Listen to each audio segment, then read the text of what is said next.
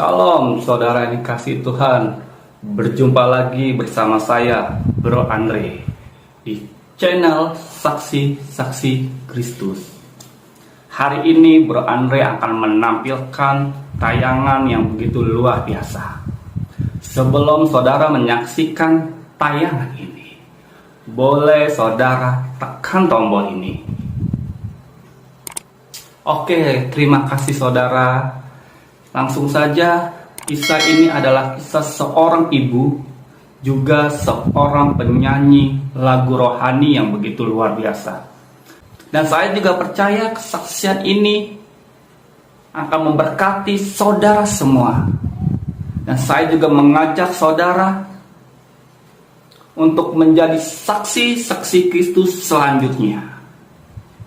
Mari saudara yang dikasihi Tuhan, kita saksikan kesaksian Ibu Mawar Nomi Hutahwara. Saksikan.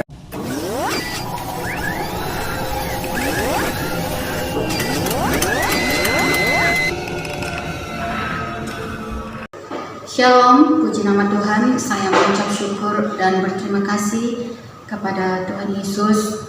Tuhan berikan saya waktu dan kesempatan saat ini untuk bersaksi, menyaksikan cinta kasih Tuhan di dalam kehidupan saya, dan bahkan saya bisa berdiri sampai saat ini semua karena kebaikan dan cinta kasih Tuhan di dalam kehidupan saya. Dan saya juga berterima kasih banyak kepada hamba-hamba Tuhan dan rekan-rekan sepelayanan yang terus mendukung saya di tengah-tengah pelayanan hingga sampai saat ini. Puji nama Tuhan. Yang saya mau saksikan di tengah-tengah perjalanan saya mengikut Tuhan, sebenarnya bukan hal yang mudah, bukan hal yang gampang.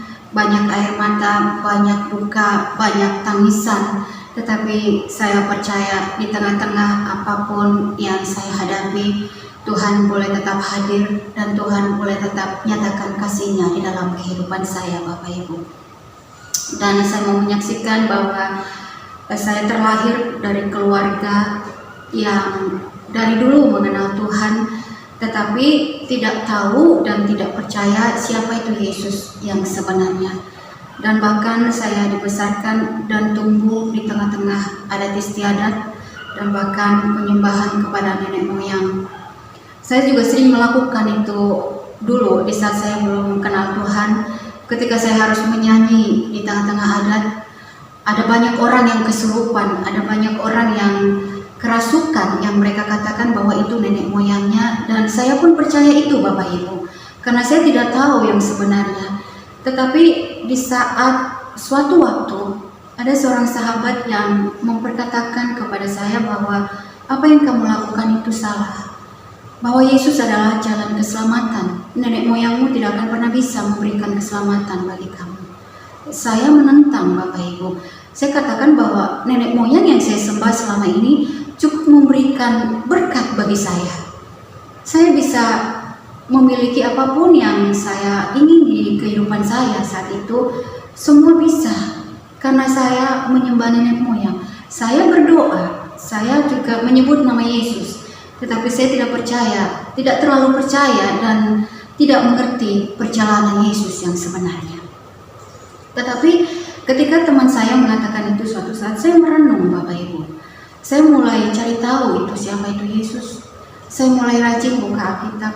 Dan bahkan suatu waktu saya diajak ke gereja karismatik yang ada di Depok. Saya ingat banget, saya masuk di gereja ini, saya bingung. Ada tepuk tangan, ada tangisan, ada sorakan, ini apa? Saya juga bingung, tetapi belum selesai ibadah, saya sudah keluar, Bapak Ibu. Karena saya bilang saya nggak kuat nih, nggak bisa nih hidup seperti ini. Dan saya cerita sama teman saya, kamu bawa saya ke tempat apa?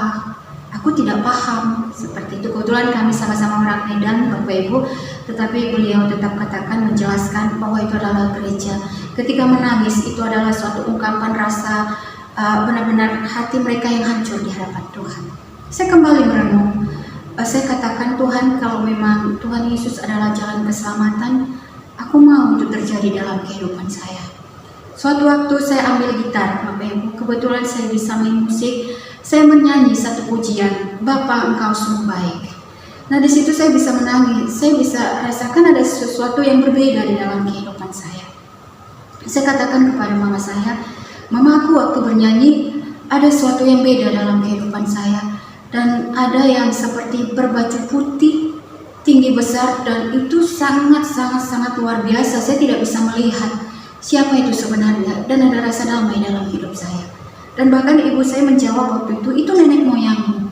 Saya bingung Bapak Ibu, antara nenek moyang, antara Tuhan itu seperti apa. Tetapi saya mulai terus bernyanyi memuji Tuhan. Saya mulai ada rindu di hadapan Tuhan untuk memuji Tuhan di dalam kehidupan saya. Saya terus mulai sibuk dengan nyanyian saya, dengan pujian saya lewat musik. Dan saya percaya suatu waktu di dalam pujian saya masuk di dalam satu roh. Saya tidak bisa menceritakan, ada sesuatu hal yang luar biasa di dalam kehidupan saya. Di situ saya bisa menangis, saya bisa teriak, saya bisa berkata, Tuhan, aku tidak pernah bisa mengalami hal seperti ini sebelumnya. Dan aku katakan bahwa ini adalah Yesus. Dan mulai saat itu saya mulai ke gereja, Bapak Ibu. Saya mulai bernyanyi di gereja, saya mulai mengikuti firman Tuhan, walaupun tidak bisa sepenuhnya karena saya masih belajar. Tetapi tantangan berikutnya yang besar adalah di tengah-tengah keluarga. Dan bahkan mama saya katakan saya sesat, dan bahkan keluarga juga banyak yang mengatakan bahwa saya sudah mulai gila, mulai tersesat, dan bahkan nyanyi dengan tepuk tangan, dengan tangisan air mata. Tetapi saya tidak pernah mau peduli dengan apapun kata-kata itu, tetapi saya mau tetap katakan saya mau mengikut Tuhan. Satu keputusan yang saya ambil waktu saya mengikut Tuhan bahwa bertentangan dengan orang tua itu sudah pasti, dengan keluarga, dan bahkan saya pun harus keluar dari rumah. Saya pun bisa katakan ya, saya harus menjadi pribadi yang kuat. Saya tidak lagi mau mengandalkan keluarga. Kekuatan yang selama ini saya andalkan adalah kekuatan secara dunia, bahwa saya bisa melakukan ini, saya bisa memiliki ini semua karena saya. Tetapi saya mulai sadar bahwa itu semua karena Tuhan. Dan ketika orang tua aku tidak setuju saya menjadi seorang penyanyi gereja atau mulai pelayanan, beliau katakan saya tersesat. Saya pun keluar dari rumah. Saya harus tinggal di salah satu gereja sebagai koster, Bapak Ibu. Saya mulai bersih-bersih gereja. Setiap menunggu ibadah saya sudah membersihkan dengan salah satu teman saya juga yang ada pengerja gereja. Saya lakukan semua dengan senang hati, yang dimana sebelumnya saya tidak pernah melakukan ini waktu tinggal bersama keluarga. Tetapi saya harus bayar harga semuanya, Bapak Ibu. Dan puji nama Tuhan. Dan salah satu festival juga lagu rohani di tahun 97-98 cukup membawa saya di dalam kehidupan, terutama nyanyi saya mulai dikenal oleh orang dan mulai sering diundang, mulai sering saya memuji Tuhan dari gereja ke gereja, dan sampai saat ini pun saya boleh terus bernyanyi untuk Tuhan. Itu semua hanya untuk kemuliaan nama Tuhan. Dan di puncak kesaksian saya, Bapak Ibu, dan saya bisa katakan hampir iman saya juga terjatuh, hampir saya juga meninggalkan Tuhan. Di dalam kehidupan kami 2018 sampai 2020, Tuhan proses kami lewat anak kami yang nomor 2, Samuel Dustin, yang mengalami sakit penyakit yang tidak kami tahu, Bapak Ibu. Tiba-tiba dia kejang di rumah, tiba-tiba dia harus matanya kebalik-balik, tidak demam, tidak ada apa-apa. Kami larikan ke salah satu rumah sakit swasta, dan dokter pun belum bisa memprediksi sakit yang anak kami alami yang sebenarnya. Dan 6 kali masuk di rumah sakit swasta yang sama, dan 2 kali masuk di rumah sakit swasta, di rumah sakit yang berbeda. Dan bahkan boleh saya hitung, kami dalam rawat inap itu dalam setahun itu 2018 sampai 2019 kami masuk 10 kali kalau tidak salah, Bapak Ibu. Dan kebetulan juga kami tidak pakai BPJS, kami harus bayar sendiri. Dan apapun yang kami miliki selama ini habis bersama suami, dan kami hanya terus menunggu mujizat Tuhan terjadi dalam kehidupan kami. Puncak iman teruji kembali di tahun 2019 di saat anak kami koma, Bapak Ibu, dan bahkan dokter angkat tangan bahwa mereka katakan saya udah harus tanda tangan bahwa anak ini meninggal. Pada saat meninggal nanti tidak ada tuntutan ke rumah sakit karena memang hidupnya secara medis hanya 30%.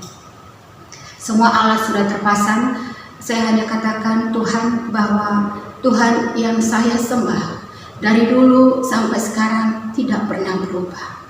Tetapi iman saya mulai tergoncang, Bapak Ibu. Iman saya terus bertaruh iman di hadapan Tuhan. Saya katakan, boleh nggak nego di hadapan Tuhan? Saya katakan boleh, saya nego di hadapan Tuhan. Saya katakan, Tuhan, kenapa ini terjadi kembali? Di saat saya mengiringi Tuhan dari awal hingga sekarang, itu semua penuh dengan air mata. Tetapi saya selalu berkata bahwa apapun yang terjadi, Engkau adalah Tuhan satu-satunya yang harus tetap aku sembah sampai akhir hidup. Dan ketika dokter sudah angkat tangan, saya sudah teriak-teriak di rumah sakit, Tuhan Yesus tolong anakku, Tuhan Yesus pulihkan anakku, Tuhan Yesus sembuhkan anakku, berikan mujizat buat anakku untuk boleh kembali hidup saat ini. Dan dokter sudah katakan hanya menunggu waktu. Setiap denyut jantung yang ada di monitor sudah mulai rata. Saya teriak, darah Yesus, Tuhan Yesus tolong anakku, Tuhan Yesus tolong anakku. Akhirnya saat itu juga dokter suruh saya keluar dari rumah sakit karena memang mengganggu pasien yang lain, Bapak Ibu. Dan saya melangkah menunggu di ruang jenazah, persis di depan pintu ruang jenazah di salah satu rumah sakit di mana anak saya sudah dinyatakan 30% hidupnya. Saya duduk, saya berkata seperti ini, Tuhan, jika Tuhan izinkan anakku akan masuk ke ruangan ini, ruang terakhir aku melihatnya, ini adalah ruang jenazah. Saya berserah kepada Tuhan. Tapi puji Tuhan, di saat duduk saya mendengar satu suara. Saya tahu itu suara Tuhan, Bapak Ibu. Dalam doa saya mendengar suara itu, kamu tenang, anakmu cuma tertidur. Dia akan bangun, dia akan duduk kembali, dia akan sehat. Saya lompat, Bapak Ibu. Saya teriak di depan ruang jenazah, Tuhanku dahsyat, Tuhanku dahsyat, aku percaya anakku sembuh. Saya tidak tahu kekuatan apa yang harus aku lakukan lagi. Saya berlari masuk kembali ke ruangan anak saya. Saya katakan sama dokternya, Dok, Tuhan saya berkata bahwa anak saya sembuh. Anak saya cuma tertidur. Anak saya hanya kelelahan. Dokter semua bingung melihat saya, Bapak Ibu. Dan mereka saling lirik-lirikan melihat satu sama yang lain dan katakan ibunya stres, ibunya gila. Saya katakan anak saya bangun, anak saya sembuh. Akhirnya puji Tuhan, jam 6 pagi anak saya koma dari jam 10 malam. Dan sahabat-sahabat saya juga jam 2 pagi sudah datang ke rumah sakit berdoa penyerahan bersama. Puji Tuhan, saya keluar jam 6 pagi itu dari rumah sakit. Saya harus urus surat-surat kembali untuk rawat inap anak saya karena kami sudah kehabisan dana. Sudah tidak ada lagi uang yang kami pegang, semua sudah habis. Jalan satu-satunya yang harus saya tembus, saya harus ke wali kota untuk minta bantuan anak saya untuk dibiayai oleh pemerintah. Puji Tuhan, semua berjalan lancar. Semua Tuhan buka jalan begitu mulus, Bapak Ibu. Dan saya pulang dari wali kota waktu itu, suami saya teriak katakan anaknya sudah bangun, anaknya minta minum, dan anaknya sudah kembali duduk. Saya lompat di sana, saya bersorak, saya katakan Tuhanku dahsyat, Tuhanku dahsyat. Apa yang saya dengar itu suara Tuhan yang mengatakan bahwa anak saya akan bangkit, hidup kembali dan akan sehat. Saya katakan sama dokternya, Dok, benar apa yang saya dengar tadi malam itu adalah suara Tuhan. Dokternya bilang, Ibu luar biasa, Ibu hebat, imanmu luar biasa. Tapi saya katakan yang hebat Tuhan Yesusnya, yang hebat Tuhan Yesus yang memberikan kehidupan kembali kepada anak saya. Tetapi terus berlanjut, Bapak Ibu, karena memang di rumah sakit ini tidak ada alat lagi yang bisa untuk mendeteksi otak anak saya, bahwa kami dirujuk kembali ke rumah sakit swasta. Ini rumah sakitnya mainnya rumah sakit swasta ke swasta kembali. Saya katakan kami sudah tidak ada dana untuk kembali masuk ke swasta. Tapi Tuhan terus menolong kami. Puji Tuhan, salah satu donatur Tuhan datangkan buat kami ke rumah sakit, dan beliau siap menanggung seluruh pengobatan anak kami. dan bahkan kami tidak diizinkan masuk rumah sakit swasta, tetapi kami masuk ke RSPAD Rumah Sakit Angkatan Darat Gatot Subroto, Bapak Ibu. Perdebatan kembali di rumah sakit karena memang pihak rumah sakit swasta mengatakan bahwa tidak sembarangan masuk rumah sakit RSPAD kecuali mereka angkatan, tetapi puji Tuhan menurut kami katakan kami semua akan siapkan dana yang dibutuhkan oleh keluarga Samuel anak kami dan diurus sepenuhnya kami bisa masuk di RSPAD. Tahun 2019 sampai menjelang masuknya COVID di Indonesia, Bapak Ibu, kami masih harus tetap di rumah sakit. Kalau tidak salah 6 bulan itu kami harus terus bolak-balik di RSPAD, 2 bulan dirawat full, bahkan pulang seminggu, kejang lagi, balik lagi, dan terus kami lakukan 2 tahun penuh berjuang. Semua habis, dan bahkan makan gak makan pun sudah kami alami bersama suami. Dan bahkan di tengah-tengah saya katakan sisa-sisa iman yang saya pertaruhkan saat ini, Tuhan, aku mau terus bertahan, aku mau terus mengikut Tuhan apapun yang terjadi sampai titik nafas akhir kehidupan saya bersama keluarga dan anak-anak saya. Puji Tuhan, kami masuk di RSPAD, semuanya berjalan baik, bahkan anak kami pun jadi berkat di sana. Dokter-dokter bingung angkat tangan bahwa beberapa orang yang dirawat di rumah sakit yang sama dengan penyakit yang anak kami alami adalah infeksi virus yang menyerang otak, sehingga gas oksigennya tidak lagi nyampe ke otak, sehingga itu yang membuat anak kami kejang terus, dan bahkan syaraf-syaraf pun banyak yang rusak, Bapak Ibu. Puji Tuhan, dokter-dokter katakan anak ibu anak yang hebat, anak ibu anak yang luar biasa.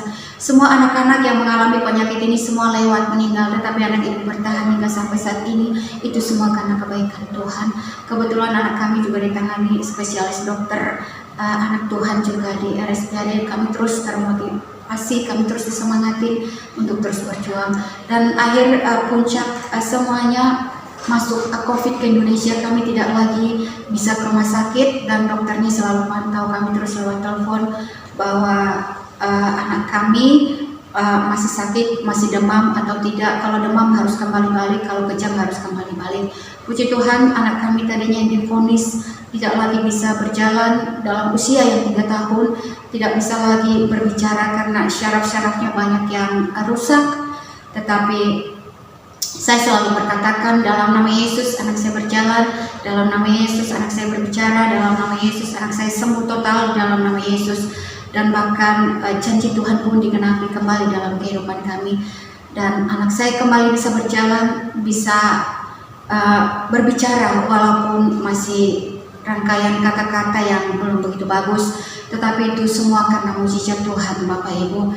Dan satu hal, titik di akhir kesaksian saya ini, dan lewat anak kami, proses anak saya, suami pun dimenangkan dan percaya kepada Yesus, dan dia terus di dalam doa, dan dia selalu berkatakan bahwa Yesus dahsyat, Yesus luar biasa, dan Yesus yang kita sembah tidak akan pernah berubah, dahulu, sekarang, dan sampai selama-lamanya. Puji Tuhan, janji Tuhan, kami terus mengalami mujizat di dalam kehidupan kami, Bapak Ibu. Bukan perjalanan yang mudah, bukan perjalanan yang gampang kami hadapi, tetapi semua karena kebaikan Tuhan. Karena itu apapun yang saya alami, saya percaya buat semua teman-teman saya, sahabat saya yang lain, ketika engkau berada di dalam iman titik yang paling terendah, ingat kembali kasih mula-mulamu kepada Tuhan. Tuhan mampu kembali mengangkatmu dan membangkitkan iman percayamu kembali, bahwa Yesus adalah jalan satu-satunya yang sanggup memberikan mujizat hari lepas hari bagi setiap kehidupan kita. Satu pujian yang terus mengingatkan saya dan menguatkan saya, yang mengatakan ketika kita berdiri di tengah badai pun Tuhan terus akan menopang setiap langkah kita, dan Tuhan akan terus memberikan kita kemenangan, tapi terus berjalan bersama dengan Tuhan. Terima kasih Bapak Ibu, ini yang bisa saya saksikan kesaksian saya saat sore hari ini. Biarlah ini semua menjadi berkat bagi semua anak-anak Tuhan, berkat bagi kita semua, dan nama Tuhan dipermuliakan. Terima kasih, Tuhan Yesus memberkati